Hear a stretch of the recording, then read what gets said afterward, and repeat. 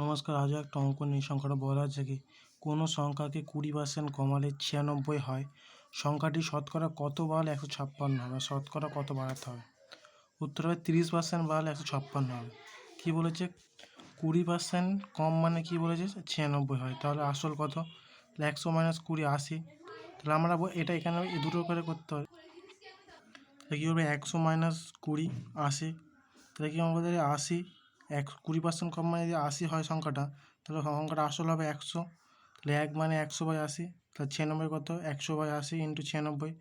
বা তোমরা এটা বলতে পারে যে 20% কম মানে 80, 100 তে 20 80, তাহলে 80 = 96।